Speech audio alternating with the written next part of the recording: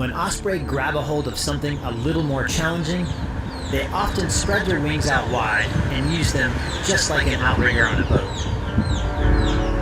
The goal here is simple. Stay afloat. But the onslaught of waves, coupled with a rather large fish trying its best to swim down deep, makes things a little difficult.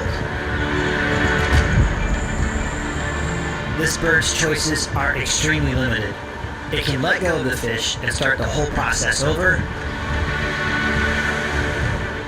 or it can hold on and fight for its life. Hunger is a powerful motivator, and when the meal is a highly prized pompano, this osprey isn't going to give up until it gets the fish airborne.